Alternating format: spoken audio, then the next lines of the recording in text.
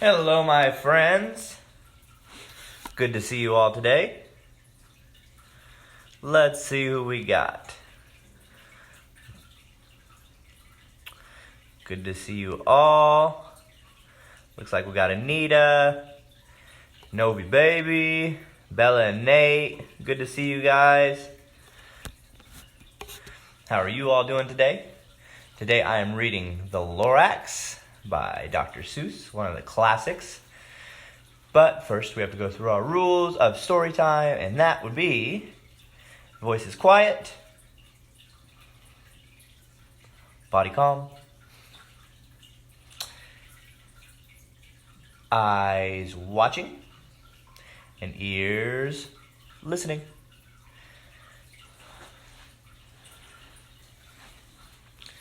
Who has ever read The Lorax before? I've read a lot of Dr. Seuss books, taking off my flip-flops, but I don't think I've actually read The Lorax before. So this will be the first time that I'm reading it. Let me know if you have below, and let's get started. The Lorax by Dr. Seuss. Also, if you're sitting with somebody, make sure you turn to them and give them a high five before we get started.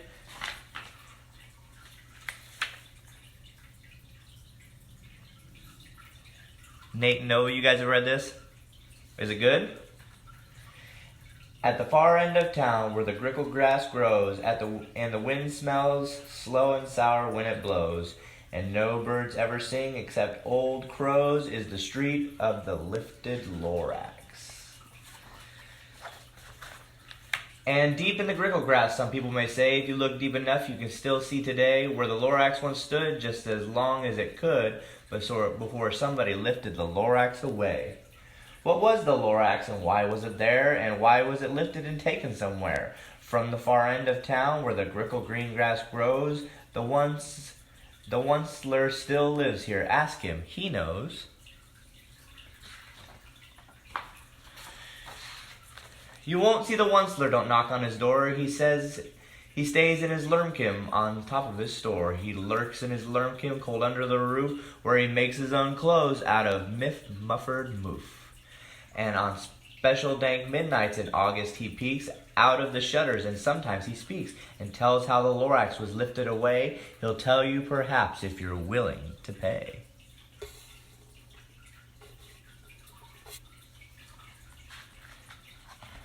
Do you guys have any money to pay? On the end of the rope, he lets down a tin pail, and you have to toss in 15 cents and a nail, and the shell of a great-great-great-grandfather's snail.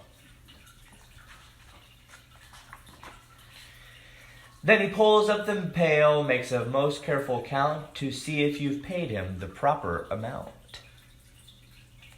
Then he hides what you paid him away in his snub, his secret strange hole in his groovulous glove. Woo. Then he grunts, I will call you by whisper, my phone, for the secrets I tell you are for your ears alone.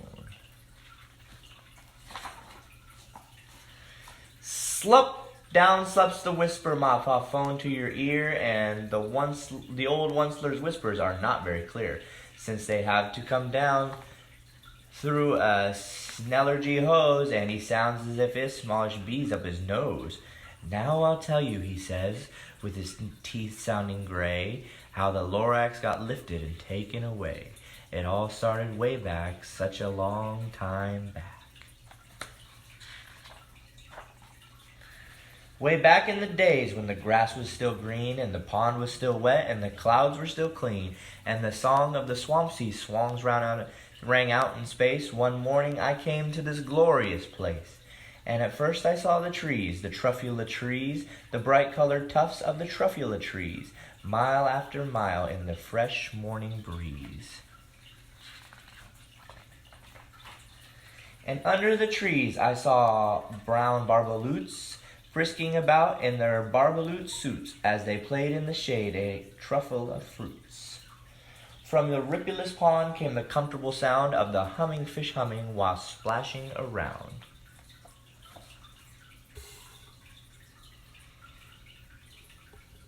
Hello to all my friends that just joined in. Good to see you today. But those trees, those truffula trees, all my life I'd been searching for trees such as these. The touch of their tufts was much softer than silk, and they had a sweet smell of fresh butterfly milk. I felt a great leaping of joy in my heart. I knew just what I'd do. I unloaded my cart. In no time at all, I had built a small shop. Then I chopped down a truffula tree with one chop. And with great skillful skill and with great speedy speed, I took the soft tuft and I knitted a feed. The instant I finished, I heard a gazump. I looked, I saw something pop out of the stump of the tree I'd chopped down. It was sort of a man. Describe him, that's hard. I don't know if I can. He was shortish and oldish and brownish and mossy, and he spoke with a voice that was sharpish and bossy.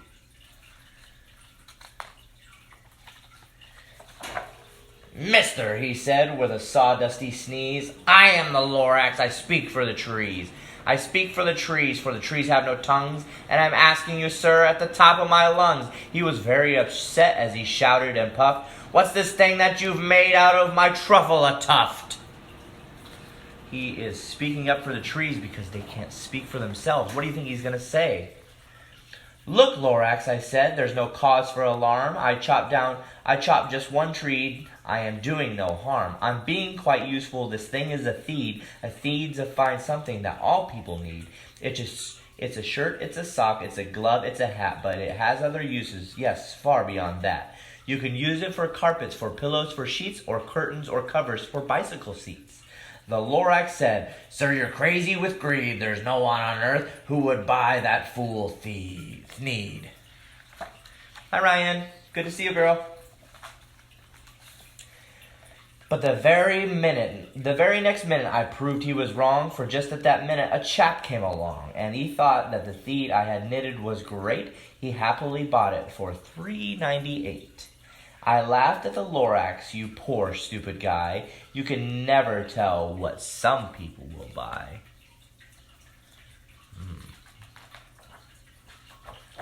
I repeat, cried the Lorax, I speak for the trees. I'm busy, I told him. Shut up, if you please. Man, no manners from this guy.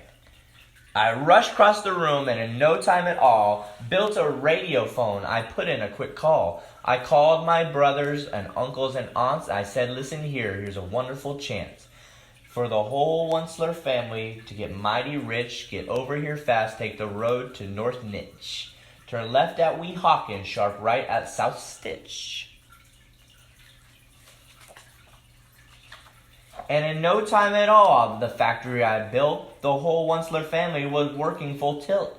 We were all knitting needs, just as busy as bees, to the sound of chopping the truffula trees.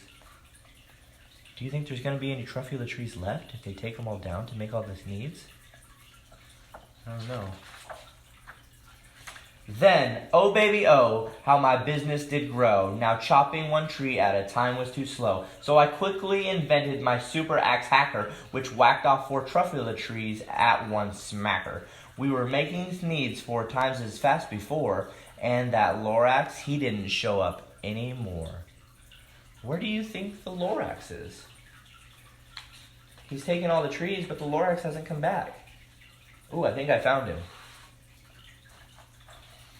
But the next week he knocked on my new office door. He snapped, I'm the Lorax who speaks for the trees, which you seem to be chopping as fast as you please. But I'm also in charge of the brown barbaloots who played in the shade in their barbaloot suits and happily lived eating truffula fruits. Now, thanks to your hacking my trees to the ground, there's not enough truffula fruit to go round, and my poor barbaloots are getting the crummies because they have gas and no food in their tummies. Man. So, not only are they running out of trees, but they're running out of fruit for the people. They loved living here, but I can't let them stay. They'll have to find food, and I hope that they may. Good luck, boys, he cried as he sent them away. I, the Onceler, felt sad, but as I watched them go. I, the Onceler, felt sad as I watched them all go. But business is business, and business must grow, regardless of crummies and tummies, you know?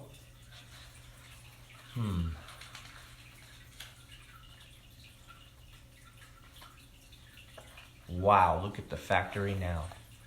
It's so big. I meant no harm, I most truly did not.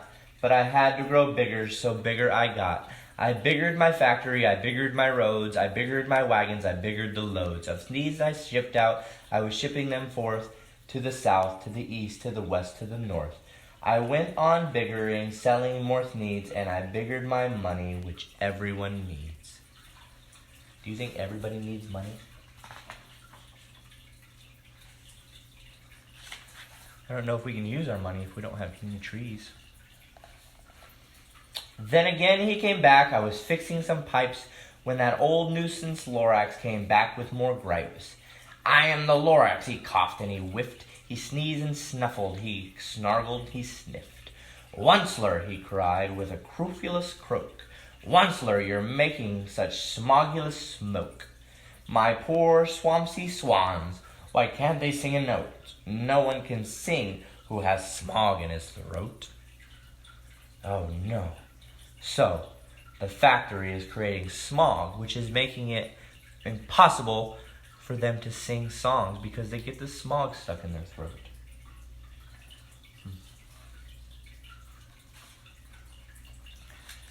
And so said the Lorax, please pardon my cough. They cannot live here, so I'm sending them off. Where will they go? I don't hopefully know. They may have to fly for a month or a year to escape from the smog you've smogged up around here. What's more, snapped the Lorax. His dander was up. Let me say a few words about gluppity-glup. Your machinery chugs on day and night without stop, making gluppity-glup, also schloppity-schlop. And what do you do with this leftover goo? I'll show you, you dirty Onceler man. You. It makes all this waste from the factory. Where do you think it goes? I don't know where it goes. Let's find out. You're glumping the pond where the humming fish hummed. No, they can hum, for their gills are all gummed. So I'm sending them off, oh, their future is dreary. They'll walk on their fins and get woefully weary, in search of some water that isn't so smeary. I hear things are just as bad up in Lake Erie. So all the goop and everything is glumping up the pond, so the fish can't swim there anymore. This factory really doesn't seem worth it to me. And then I got mad. I got terribly mad. I yelled at the Lorax. Now listen here, Dad. All you do is yap, yap, and say bad, bad, bad, bad. Well, I have my rights, sir, and I'm telling you, I intend to go on doing just what I do. And for your information, I'm figuring on biggering and biggering and biggering and biggering, turning more truffula trees into sneeze, which everyone needs.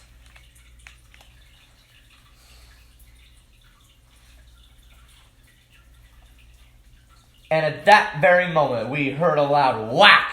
From outside the fields came a sickening smack of an axe on a tree. Then we heard the tree fall, the very last truffula tree of them all. The whole forest has been cut down.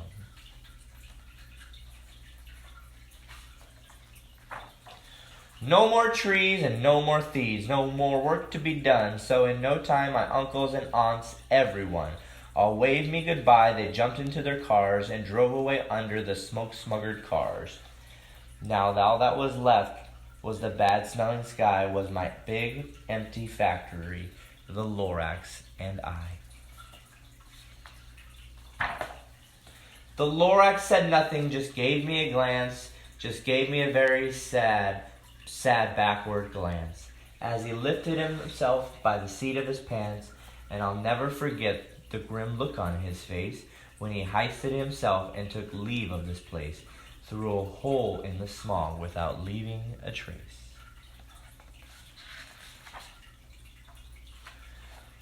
And all the Lorax left here in this mess was a small pile of rocks with one word, unless.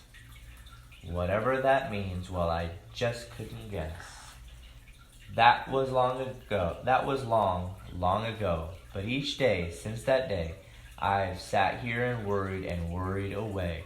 Through the years, while my buildings have fallen apart, I've worried about it with all my heart.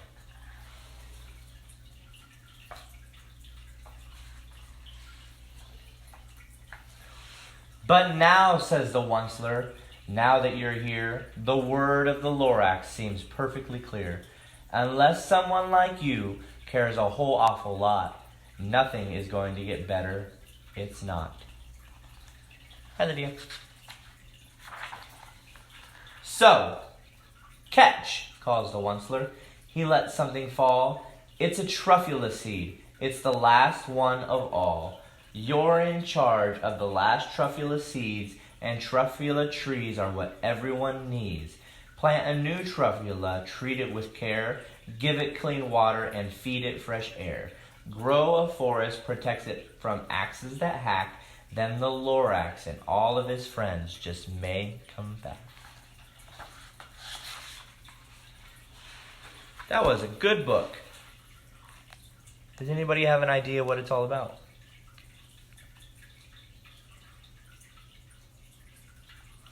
Again, it was The Lorax by Dr. Seuss. What I think it's about is that we have a chance to keep doing things to better our world. And we always have the seeds, whether it be for trees, for plants, for anything. We can plant the seed of kindness. We can plant all kind of seeds that we want into this world. Whatever we would like to see grow, we have the ability to help plant. So, you guys, all that are watching, I hope you plant the seeds of something, whether it be a tree, a truffula tree, some plants for some flowers, seeds of kindness to show to your friends and your parents and your family. Whatever those seeds may be, use them wisely. And I hope you have a good night. I hope to see you soon, and I love you. Goodbye.